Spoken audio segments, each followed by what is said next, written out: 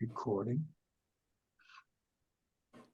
Okay, welcome everyone to our adventure in learning.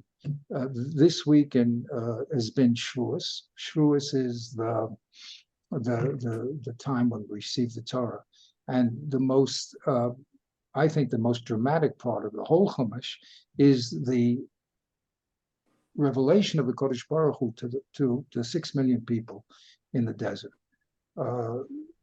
And that happened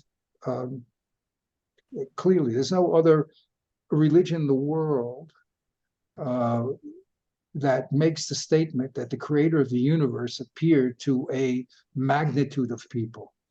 It's always an individual has a vision or a relationship, and then he tells other people, and they either believe it, they don't believe it. But here, the Kodesh Baruch Hu, the creator of the whole universe, reveals himself to Klal Yisrael, to all the Jewish people, and not only that, he leaves a document which he signs as the author. Couldn't get greater than that. So it's unprecedented. There's nothing like our Torah anywhere in the universe.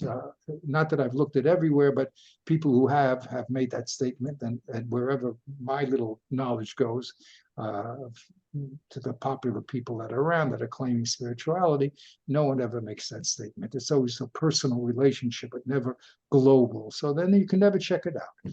So here, we can, not only is there a global revelation, we keep that going through Pesach and Sukkot and Shavuos and all those wonderful tzitzis and all those holidays and ideas, but also we have this document signed by the Kodesh Baruch Hu. So let's just look for a minute. I wanted to tell you a chiddush about this idea of compression. There's so much information in the Torah. The Zohar says that Hashem looked in the Torah and created the universe.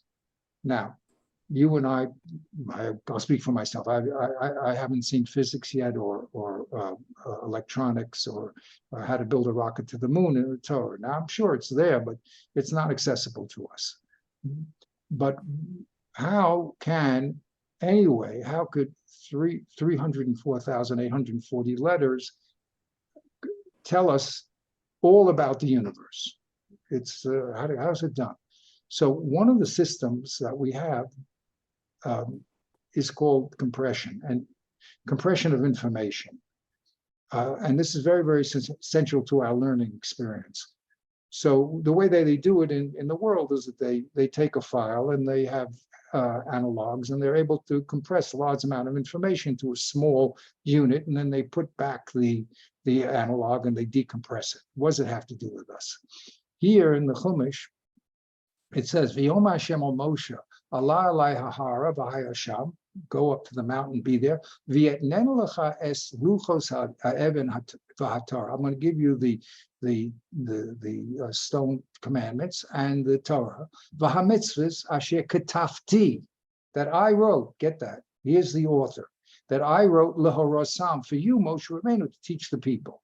Rashi says, this is Rashi in the bottom, call sheishis ma'ot v'shalosh esrei mitzvahs beklal aseres hadibrosim.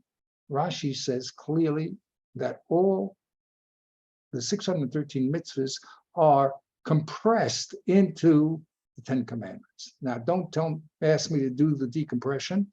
I don't know the formula, but I will, through our study, show you. Oops, there's on. I will, through our study, show you how to use those decompression formulas. The Rambam, let's just go, I'm going to skip the Rambam here just because of time, but in this pasuk, Hi Ravara, V'yedaber Elohim el kol adavorim elu lemor. Now here again, the author of the Chumash, Kodesh Baruch Hu, is going to say all the Torah to the Jewish people. Okay, look what Rashi says. Here I'll read in English. All these things, this teaches us that the Holy One, blessed be He, said the 10 commandments in one utterance, something that is impossible for a human being to say in a similar way. So he said all esadibros in like one word. Imagine speeding up, the video to such an extent that in like 1 second, you hear all the sounds. That's what Kodesh Baruch Hu could do. If so, so why does the Torah say, I am Hashem in verse 2, and you shall know? If he said everything already in 1, why does he have to repeat all the details? He said it all. Rashi explains because he later explained each statement of the 10 Commandments. It's in the Mechilta. In other words, there's the compressed information that could be said over in a moment in that relationship between the Jewish people and the creator of the universe. And then there's the decompression, which has to happen so that we human beings can actually understand what's being said there. Now, this decompression of information is what we're doing all the time when we're learning. We're not interested in my ideas, your ideas, our ideas. We're interested in the author of this great work, the Kodesh Baruch Hu himself, was his ideas for us. So now the point is that that information is highly, highly compressed, and you have to learn how to use the various systems to decompress the information. So that's really what we're into. I'm trying to give you the tools for that decompression, okay? So now to get to the specific, we showed here's the level, high level of compression of the Chumash, of the Mishnah. There's six portions of the Mishnah, and each one has subsections. Now, this is how the decompression is going to work. You're given the generals, and then you're going to get underneath the generals the specifics. So if I have, here's one called holidays, Moed. So you have Shabbos, Eruvin, Pesachim, Shkolim, Yuma, Sukkah, Beitza, Rosh Hashanah, etc. So each one of the major units represent a very high level of compression, which then is opened up through the subunits in this case, the Mishnah of Moed. Okay. Now, it doesn't end at the top level because we have to get down to every single parameter in every mitzvah, and that takes a lot of decompression of the file. Okay. So now let's get to the work we're doing. Okay. What I showed last week, and since David wanted to hear it, we'll do it again. The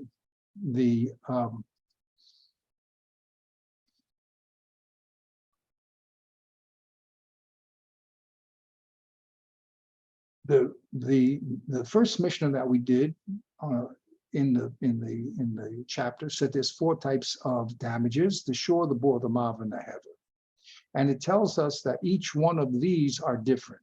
What's the message there? The message there is that I couldn't compress all 4 of these damages into one item, say shore, and then derive the other 3 from them. That's why the Torah, which never repeats, looks as if it's repeating. Why not just say one example of a damager and then go, you have to pay for that damage, you have to pay for all damages? The answer is, if I only had one, I would say it's the unique qualities in that particular one that cause you to pay, and the subs, I would say you don't have to pay.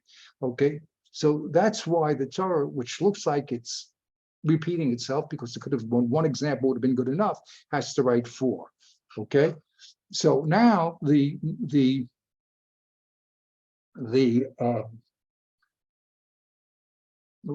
I didn't want to show that one yet. Okay, now last week what we were doing was a very high level of compression. Okay, let me show you that here in this document here. Okay, and this is directly related to David's question. Okay. Now, the brisa that we're going to deal with is going to tell us about the relationship of 3 of the 4 types of nezikin. I hope everyone sees my screen here with this little chart here. Okay, so we have, remember, the first 3, the shore, the bore, and the mav, the shore, the bore, and the yesh, excuse me, mav is not mentioned. We spoke about that a little. We'll just leave that on the side. It's an important point, but we'll leave it on the side. The 3 items that this brisa talks about is the shore, the bore, and the ash. Okay, ox, bore, ox pit, and fire. It's then going to show us through a decompression formula, and I'll explain that, all the combinations that you could possibly have with these three items. Okay, now I said, of course, the shore and the shore we can cut out because there's nothing unusual there. You're not going to learn a shore from the shore because that's the same thing. The bore from the bore we can cut out, and the ash from the ash we can cut out. So these three boxes we can cut out. Okay, now what's left is 5 relationships. Okay, so we have, excuse me, 6 relationships. I'm sorry. Which we call permutations. In the old days, if you ever learned mathematics, is in high school, so they had this. If you weren't sleeping at the time, formula of it's a bang n. Okay, it doesn't matter. Right? To figure out how many combinations of 2 and 3, you do 3 times 2 times 1, which means 6. Okay, the way I just did is to make a chart. You have the shore and the bore, that's this juxtaposition, okay, of shore and bore on the top. You have the shore and the ash, that's this juxtaposition. You have, okay. Wait, why is there a juxtaposition? I don't understand. Oh, now that's very good. I mean, that's exactly the point we're talking about. I want to show you why, if the Torah only wrote shore, I would not derive bore from it.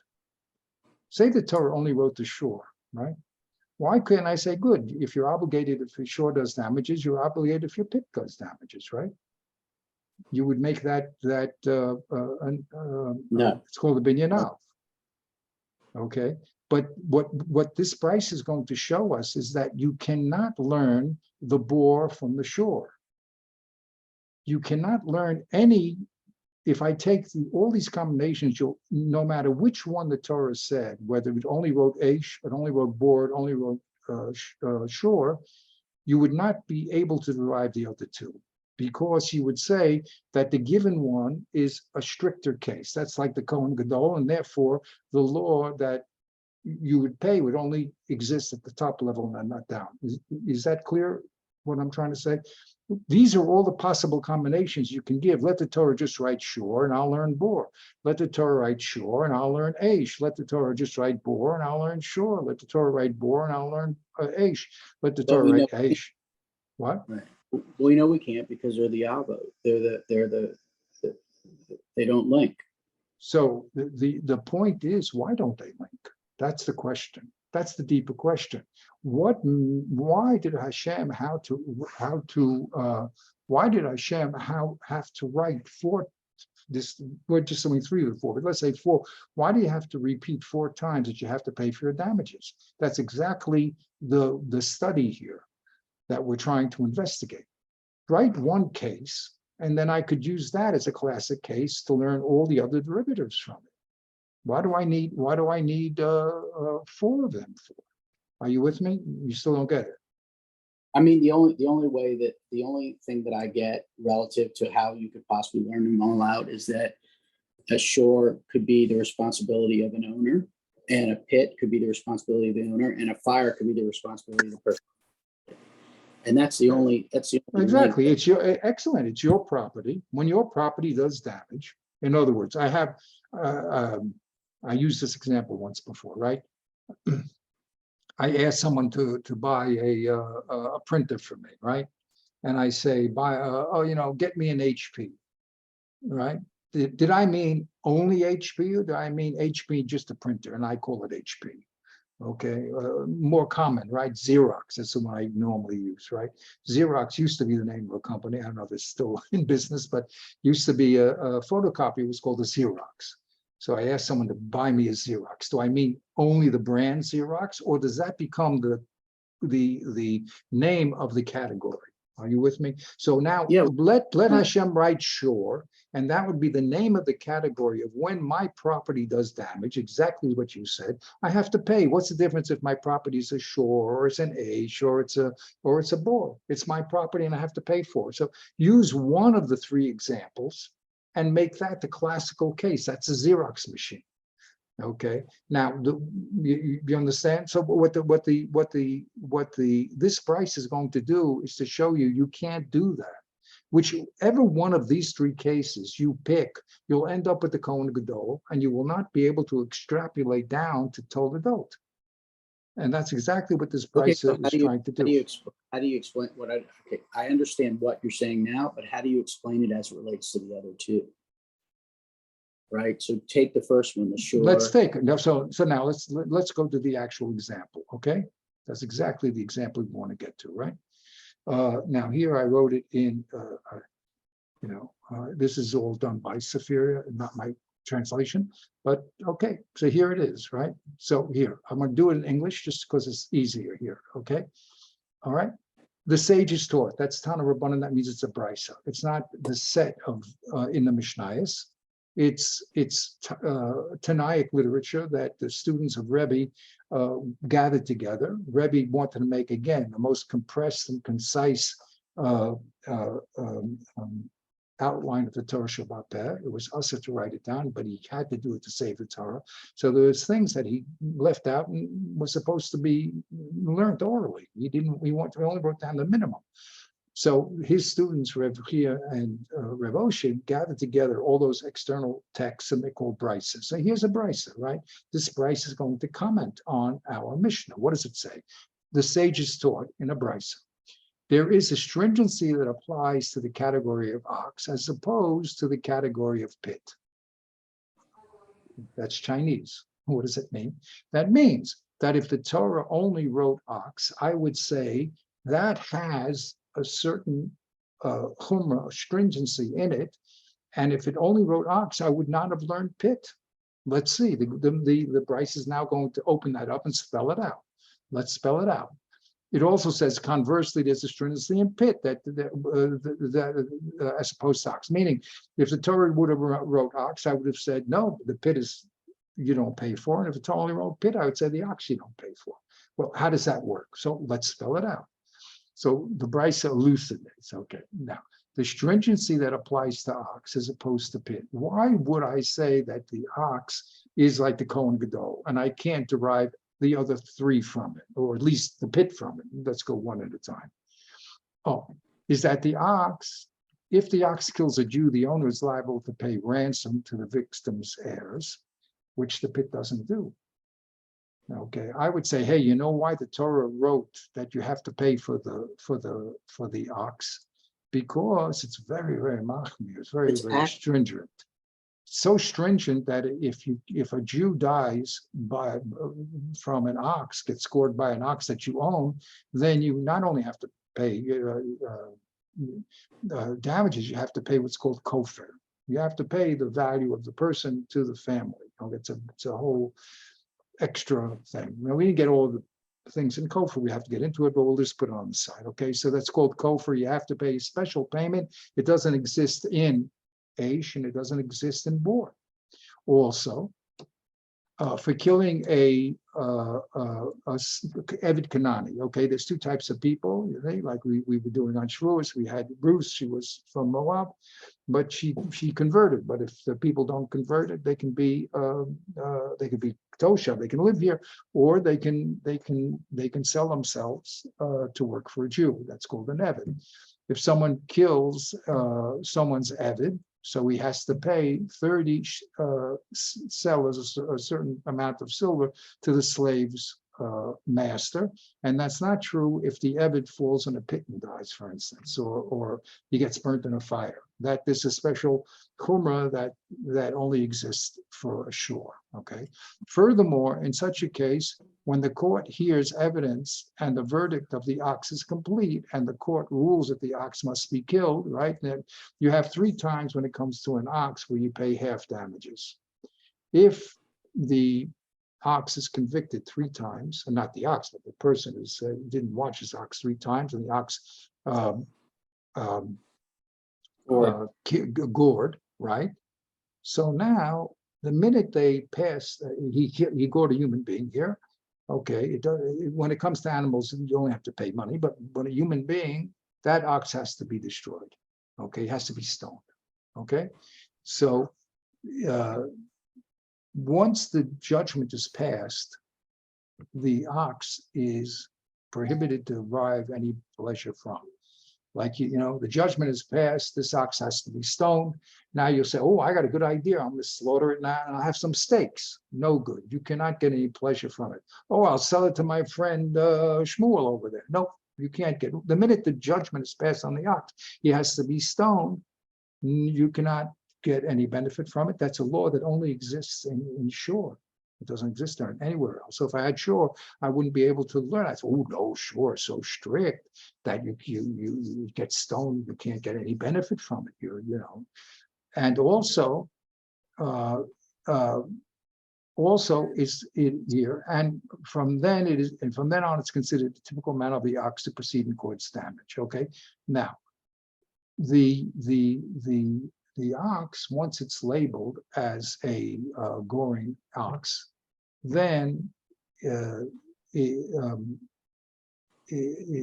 its way is to do damage. Okay, so when a person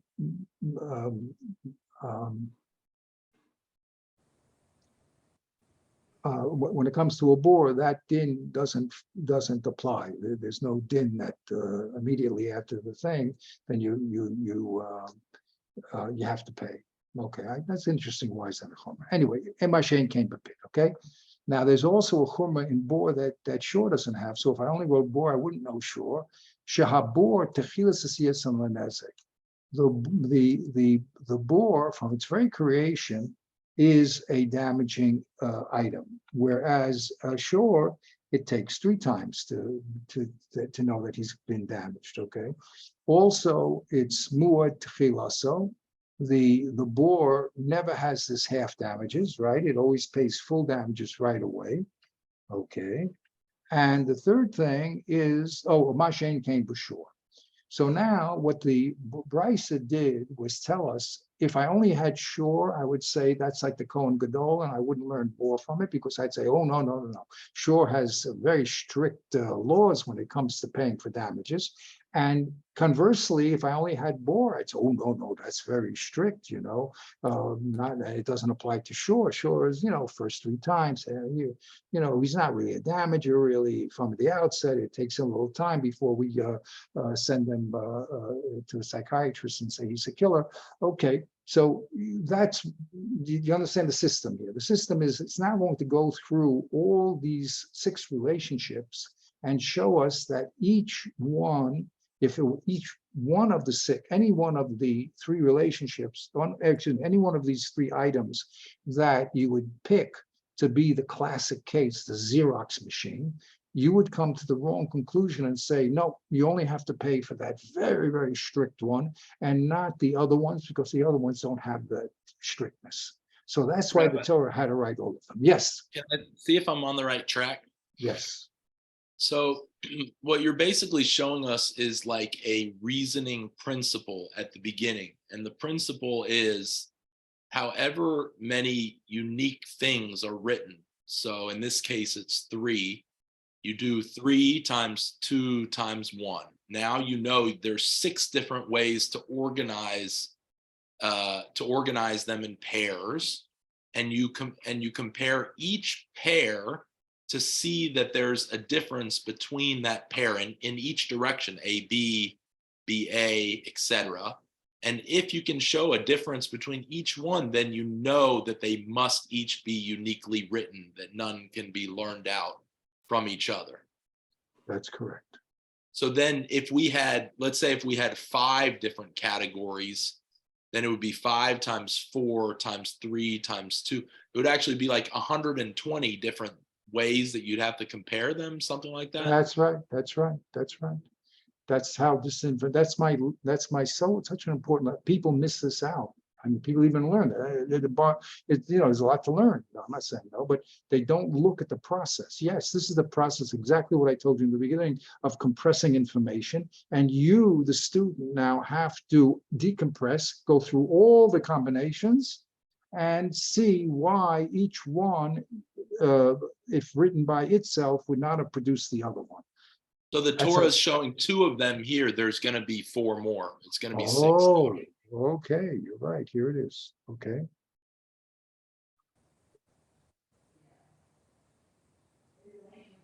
okay? Here are all the pairs, okay? 1, 2, 3, and their converses, okay? So you have 6, right? You have this first pair, the second pair here, the third pair, and you have the converse. And then now this Bryce is going to go through each one of those pairs and show why, if that one was written, I would not learn the other one from it, okay? And that's exactly what the Bryce is doing. It's unpacking the information. Amazing. What That's what yeah. new are we learning? What new are we learning from that relative to what it's just stated? Oh, Right? It oh, states well, it states to us one thing about the shore. It states to us one thing about the border. Why are we comparing it to determine what is it? What are we learning out from the comparisons? What I'm asking you. okay, so that's going to, there's 2 levels of the problem, okay? One, you have to realize that there's a problem that the Torah repeated itself 4 times, meaning that we have to understand that each case written by itself would not have produced the other ones. That's we call a lumbus problem, what I call a decoding or a decompression problem, okay? Now, however, we're going to learn, once we do decompress the information, we are now going to learn new ideas from it. So let And me that- ask you this. Okay, Reverend, sorry. but that's going to be today's class, if we ever get to. It's deep. What can I do? That's what it is. Yes. Didn't we just see this exact thing happen in the Torah recently, where we just read that each tribe gave the exact same donation, and instead of saying all the tribes gave this donation, it says this tribe gave this That's right. donation, this tribe gave this tribe gave this. It's the same thing listed every time. So there's a reason for that. So exactly. is that So now, us say why? Is that why we're saying why? It was yes, written this way? 100%. Now, when you read that, before you came to this class, I presume you just read it and said, okay, the Torah is spelling out each one. You never even thought to say to yourself, well, why do you have to do that? Just say that everybody bought the same thing, right? So that's exactly the point. Now you have to understand, why did the Torah do that? In other words, that is the opening to your deeper understanding of why that, the answer to the why of that question gives you a new understanding. Now, what is it? I didn't learn the particular reason why there, I can't tell you, but I can show it to you over here, okay? But the question is correct. You have to learn to ask the right questions. And So you're saying one level of learning is take it at face value. We learn it, we read it in the Mishnah, we apply it in the Bryce, so we understand what it is, and then we use it. We're going to another level to understand why these avot are different and why they cannot be together. And we're digging deeper, and from that, we're going to learn something even more deeper. No, that's it. It's exactly the point. That's exactly the point. It's the decompression or the unzipping of the information. And as we go deeper and deeper and deeper, we're going to learn more and more things. Look, what does a scientist do, right? As opposed to the simple person. Alexa, stop. She's my Alexa. She tells me when I'm going to be mochix. Alexa, be good and please stop. Okay. I'm going to do Hal, right? Okay, make sure that she doesn't say it. Okay, she's finished. Now, she usually listens to me, but maybe she wanted to give some Torah or something. I can't answer why, but anyway, she keeps me on my toes. I tell my wife, you have to learn some from her too. She speaks very nicely. She's always on time. She's very good. Except when I'm giving my class, she likes to join in. Okay, now, that's exactly the lesson that we're doing. That's why I gave you the whole idea is that there is as I said, scientists. What is it doing between a scientist and a layman? You as a layman, you see a head, arms, and legs. A scientist, no, what's underneath the chest there? There's a heart, there's the liver, there's and what's in the heart? Oh, the heart has 4 chambers. Oh, and there's a whole arterial system there. You see, the person who is the scientist is using his inquisitive ability to reveal the wisdom that the Kodesh Baruch Hu created in the human body. Normal people just accept it. There's some person called Shmuel, and he's a nice guy. He has a head and arms, and I don't even think about what he has. I just call him Shmuel. But the scientist, the one who investigates, the same thing in the Torah. You can read the Torah as a simple person, and you'll say, okay, yeah, But once you are given the tools, then you're able to investigate more deeply. And that's really the aim of my presentation over the classes that we're doing. I want to give you that understanding, and my Rebbe gave me the permission to do it, which is very important. In other words, a lot of people think that the rabbi knows everything, or he knows a lot and I know nothing. So whatever, I'm just going to come and whatever he tells me is fine. I believe he's a nice guy, That's not the fullness of learning. The fullness of learning is that you have to become the rabbi and you have to understand how the system works. You have to throw yourself in. Without that, you really haven't received the complete Torah. It's not, I'm not saying it's Baruch Hashem, people give lectures and people teach about halacha. I'm all for that. But the greatest gift we have is to understand the words of the Almighty himself, and you can do it. And that was one of the great things of my rabbi. He wanted to call the yeshiva Torah Yisrael because some people think that the only people that can do it are the great geniuses of the generation, and we just have to do whatever they say. And he, of course, from his Masara, believed in conscious learning, and that you have not only the permission, but the God-given right to accept the Torah and to understand it. And of course, what separates one person from the next, the amount of energy they put into it. And that's really it. Okay, there are certain natural gifts. I'm not saying no, but there's so much that we could be understanding through the application of these conscious principles that we're, not doing because we'd rather just look at a human being and say, hi, Shmuel, and not know about his iris and his, who knows what, his capillaries and whatever other things are going on. But this is much more important because we're talking about the Kodesh Baruch who's speaking to us. He's not just telling us about eyes and noses, which is very nice. But he didn't tell us, you should learn about the eyes and the nose. You should learn how to interact with others in society. And that's really what the Torah is about. It's a book of interaction between ourselves and all the other human beings that we come in contact with, and how to do that not only socially properly, but to do it in a very special way that produces what's called Kedusha. But the point is that we have the ability to understand. If you're a normal person with a normal mind, you know that 2 and 2 is 4 and not 7, no problem. You can understand Torah. All you have to do is apply yourself. You got to mitzvah. So here, I'm just showing you the depth. Most people would just read it and then you get a few words and you're happy. Nice class, Rabbi. But I'm not happy doing that. I want to give you the real thing and give you the tools so that you can now be a participant and not sit in the peanut gallery and clap when the home run is made, but actually participate, get up there at the plate, and whatever you can do, you can do. It's fantastic. I mean, we say every time in Shemona Esrei, we say to Hashem, please give us that portion in Torah. Every Jew has a special piece of the Torah to bring out. It's only you can do it. And it's really important for all the Jewish people, but you have to just apply yourself and do the rules. So here is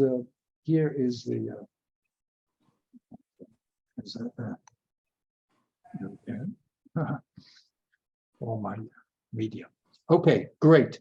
So let's go forward, and I'm going to show you how this is done. Okay, that's my aim here. I don't compromise. I'm going to give you the way into the depth of learning. All you got to do is do it. That's all. Nothing much. I'm doing everything I can to make it as easily accessible as possible. Okay.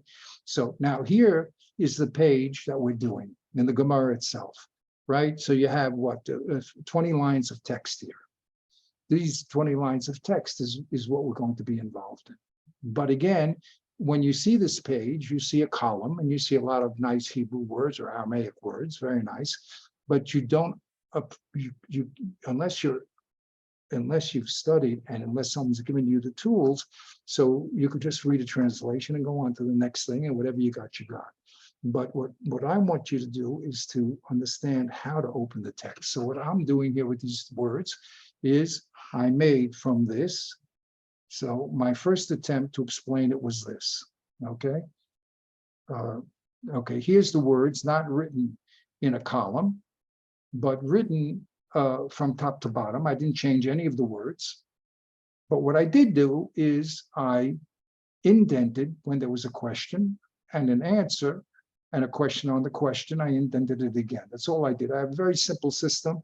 I hope that people sometimes will adopt it. You know, people do it crayon or, you know, blue, markers or things. It's a very simple system. Now you can get the text, and all you have to do is read it. When there's an end of a sentence, you put an enter, and when there's a new idea, you just do a tab. And what you see without the arrows is what I call a visual logic. Okay, you actually can visualize the text. The text is written in a highly scientific and mathematic way, but you don't see it as a column. But if you do what I'm doing, which is not adding anything to the text except some indentations and some numbers, you begin to see the greatness of the Torah Shabbat Peh. This is something that you will never see anywhere, any university in the world or any other such study. Okay, this type of decompression of concept. Okay, so I took this, which still looks a little messy, and then one of my students gave me a wonderful program I can plug Microsoft called Visio. Okay, so very expensive program, but Baruch Hashem, we're using it for a good purpose. So now this is the same text that you saw, except as a flow chart. Okay, so I'm going to go through this slowly, but I just want to show you the to zoom out to show you how the text presents itself. You have this box up here is the statement that we just read. Okay, I'll zoom in on it just so that you can see it. Okay, oops, how do you zoom? Rabbi, I think the picture before was a little simpler.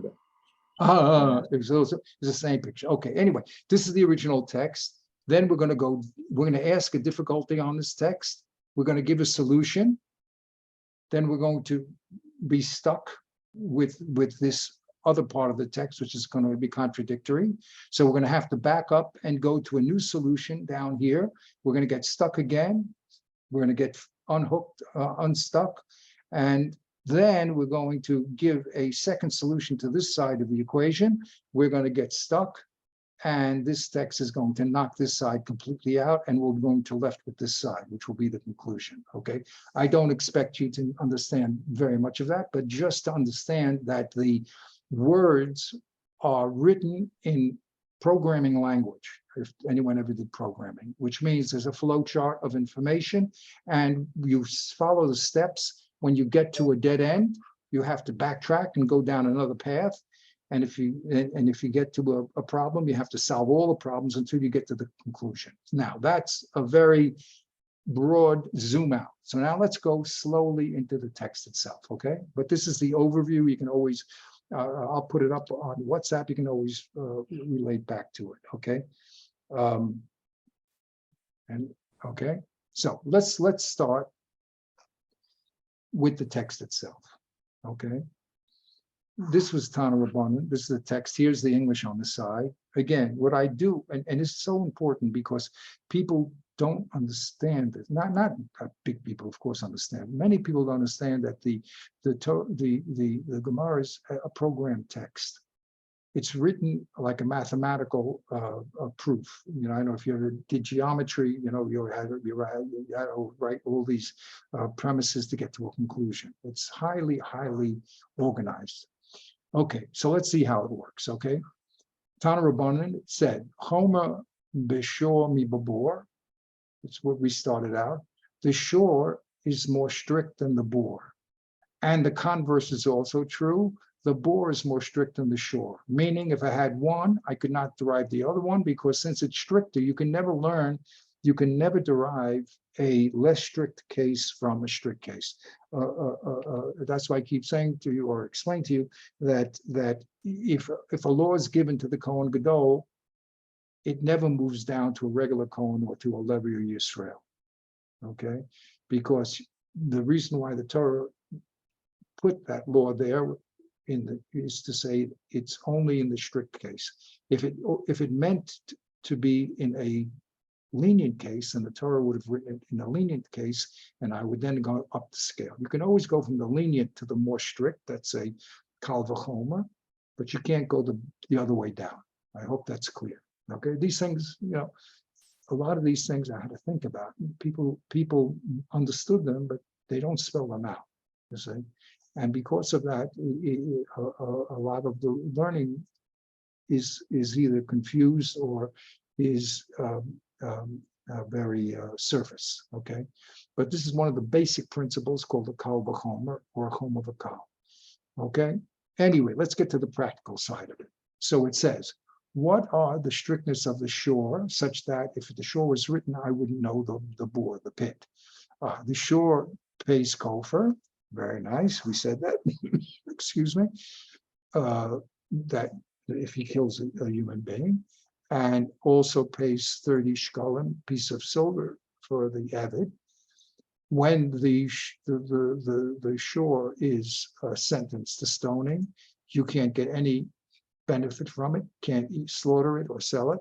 And also, when his sentence is completed, he goes from what's called a tam, half damages, to complete damages. Now, Masha Ein Kain Babor.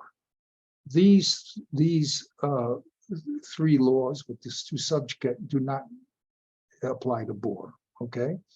A bore, if a person falls in or an eved falls in, you don't have to pay any kofar, you don't have to pay, okay, and you can use the bore, there's no easing on the bore, you just have to cover it up, okay? And also the bore is not dark and late like Bahazik, the bore is passive and the shore is active. So if the Torah just wrote the shore, I'd say you're obligated because it's an active damager, but the passive one, the bore, I'd say you don't have to pay for. Okay. Now, if you notice, there's something in red here. Okay. Now, red is this first difficulty. Again, now we're going to unpeel the layers of this text. This is what you want to do. This is how it's done. There is one difference between the shore and the bore that's not mentioned here. What's the difference? Okay, so let's blow this up here. Oops, sorry.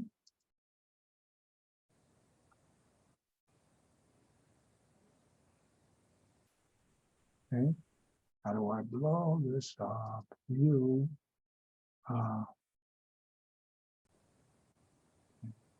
I could do it by, I need too bad. Oh, here it is. I got it. It's working. Okay. Good. Now, there's one kumra in shore that's not written in bore. What? Say a shore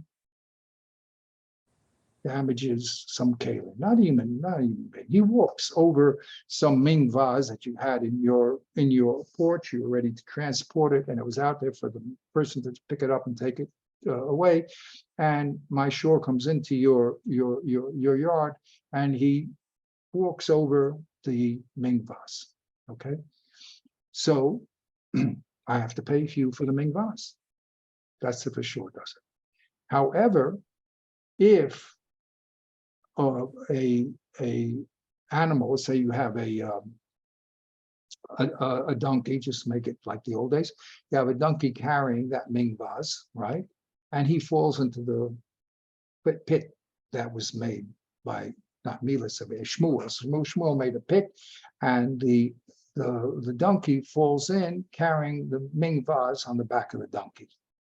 So according to the Rabbanan, you do not pay for the kalim, you only pay for the damage or the death to the animal itself. Okay, you with me? So the Rabbanan, we're not going to get right now into how they darshan it. There's actually an extra word. I'll tell you. It says in the pasuk. It says very unusual. It says if a shore or a hamor falls into a pit. All the other cases were about shores. Well, all of a sudden we're talking about a hamor. Why? So the Rabbanan learned that extra words mean shore below adam and hamor below kalim. The Chachamim say if a ox falls, not an ox, if a donkey falls into a pit, then you don't have to pay for that which he's carrying. Okay, that's what they learn. So that distinction, and of course, so we see that there's another distinction here that could have been written. It could have said also that the shore pays for the kalim that he walks on the mingvaz, whereas the boar does not pay for the mingvaz that fell into the pit. It should have said that. If it's already telling us the distinctions, it should have said that. Is that clear? So here's a question of learning from what's not said. This is very sophisticated. You can learn from what is said, make derivatives, make inferences, but here the Gemara is going to say, wait a minute. There's something left out of this list. It should have said that the shore pays when it breaks the mingvaz, and the boar doesn't. That's the problem of the Bryce. Now you understand how that's unpacking information. We are not only going to look at what's written, but we're going to look at what's left out. And what's left out is an obvious distinction. So the question is, why is it left out? Okay, that's how. What's Hamor? What? A Hamor is a donkey. Yes. Okay. So just a real, I mean, I don't mean to go far afield, but if are there situations where the conditions would change if the shore damaged someone when they were in a fenced area that owned by the property and the person trespassed in there? And 100%. That I tried to do that very quickly. Okay. General All right. rule is like Same- this: your property is your property. You can do whatever you want there. If someone comes in, if you invite them in, there's another story. But if someone walks into your property, trespasses, then you're not obligated to. Same with a boar in pay. the public domain versus And private. same thing, the board in the public domain. Right, exactly. Okay, so now we are focusing, and here's the beautiful part, and this is what I want to show you about the decompression. People don't appreciate that. But it's beautiful when you appreciate it, that here the Gemara is taking the Brisa and is learning from what's not said. You hear that? Normally you learn from what is said, but say, wait a minute, there's something left out here. Okay, it doesn't make sense. It's left out. Why is it left out? That is going to be the question of the Gemara. That's what we have here in our great Visio chart, if I can ever find it. Okay, okay. You like doing this more messy. Okay. All right. So here, now I'll show you the Visio chart. It'll make a little more sense to you now here. The first statement in the Brisa. Okay, let's.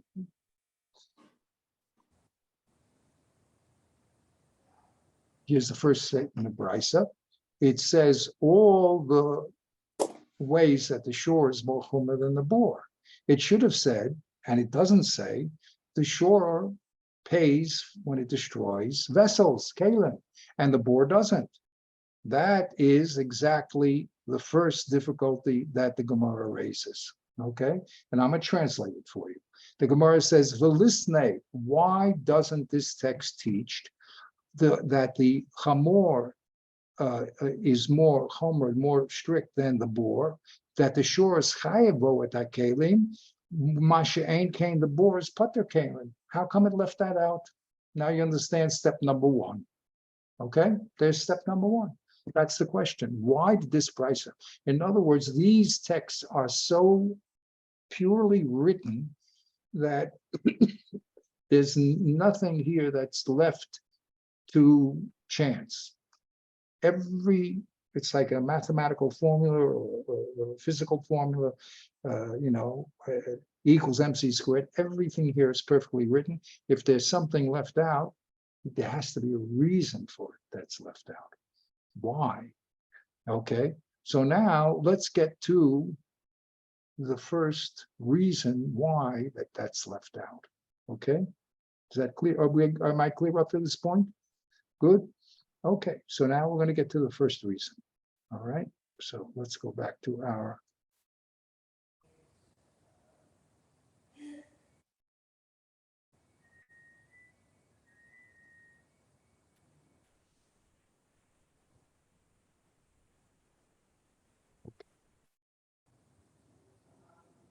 All right. Now, it takes, believe it or not, quite a long time to create all this material. So I just didn't have time to do all the English here. I did in the beginning, but you'll forgive me. If not, what can you do? Take off my salary, maybe. All right. The Gemara says, well, listen. The Gemara says, why didn't this text teach that there's a stringency of the shore over the pit? Why? The shore is chayav bo et kalim. It should have said the shore, if it breaks kalim in another man's property, then the owner has to pay. But the bore in the public area, if the animal falls in, he has the ming vaz. No, he doesn't pay for the ming vaz, only the animal. Why didn't it do that? Okay. So the Gemara now is going to answer the question. You notice my nomenclature, whatever you call it, my system of mapping is I make the questions or the difficulties or the contradictions in red, and I make the solutions to all those problems in green.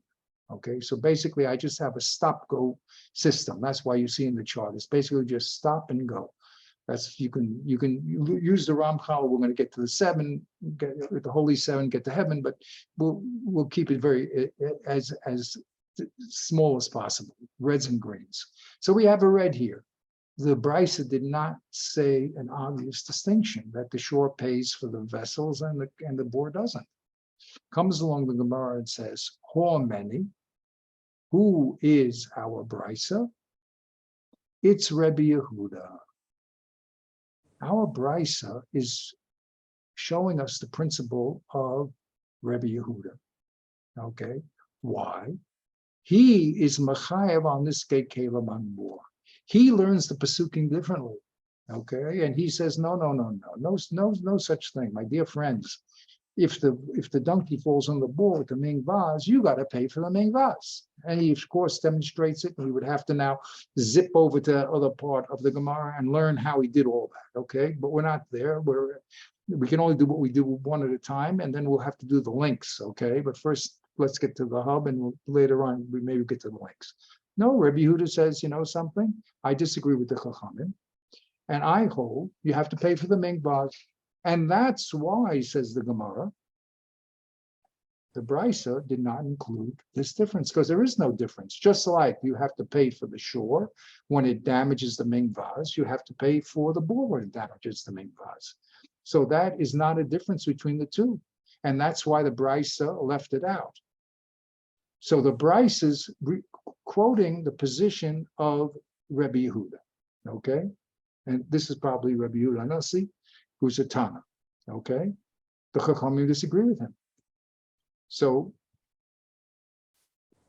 why is this a difficult solution? Why is this a difficult solution? Because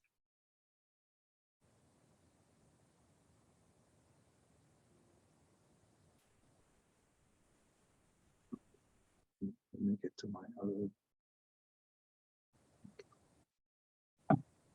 You see, when you have an unstated text, again, I'm teaching you principles here. Every principle that we started with from the very beginning that we learned together is a principle that if you take it with you and put it in your pocket, you're going to see it repeated again in another text, okay? Maybe not today, not tomorrow, but maybe something you'll hear tomorrow. All these are the principles that are what we call the operating principles of the Gemara. You know, when you learned mathematics, right? There was 4 principles: addition, subtraction, multiplication, and division, right? That's what everyone learned in school. Now, they didn't teach you every multiplication example or every division example. They taught you the rule, and then you could, whenever you're in the different circumstances, you're going to apply that rule, and boom, you're going to get a great result. Okay, so now the same thing is happening here in the Gemara. The Gemara teaches us principles, and then we apply them in all different circumstances when they're applicable. Okay, so here's a principle.